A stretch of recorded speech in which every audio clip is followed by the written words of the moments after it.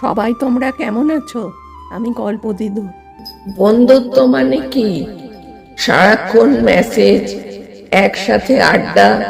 না, সত্যিকারের বন্ধুত্ব মানে একজন চুপচাপ থেকেও জানে কখন তোমার দরকার আর ঠিক সেই সময় পাশে দাঁড়ায়। গল্পের নাম চুপচাপ সাথী। নীল আর অর্ঘ্য দুই বন্ধু, ছোটবেলা থেকে একসাথে বড় হয়েছে। স্কুলে একই বেঞ্চ, নদীর ধারে বিকেলের ক্রিকেট, আর সন্ধেবেলা একসাথে ঘুড়ি ওড়ানো। নীল একটু রেগে যাওয়া, কিন্তু অর্ঘ্য শান্ত। সব ঝগড়ার শেষে নীল বলে ফেলতো, তুই না থাকলে আমি কিছুই না রে।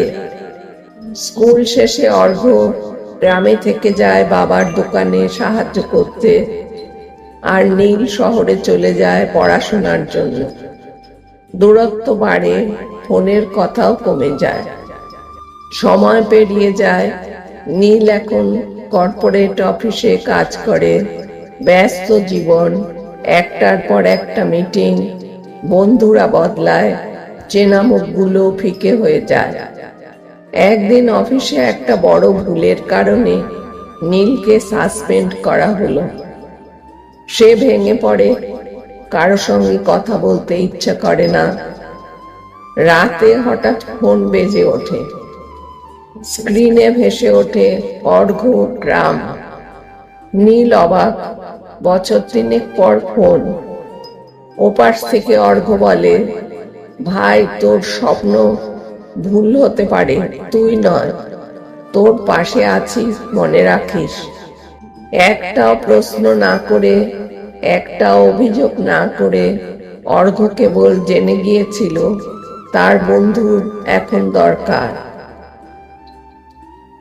কয়েক মাস পর নীল শহর ছেড়ে গ্রামের দিকে আসে। হঠাৎ একটা ছোট দোকানে গিয়ে দেখে অর্ঘ্য চা বানাচ্ছে আর হাসি মুখে কাস্টমারদের দিচ্ছে। নীল ধীরে ধীরে যায় তার কাছে। দুজনে কয়েক সেকেন্ড তাকিয়ে থাকে। তারপর অর্ঘ্য হেসে বলে, তোর চা তো আমি আগেই বানিয়ে রেখেছি।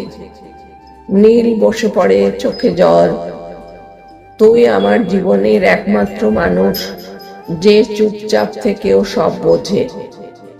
গল্পের শিক্ষা, বন্ধু মানে প্রতিদিন কথা বলা নয়।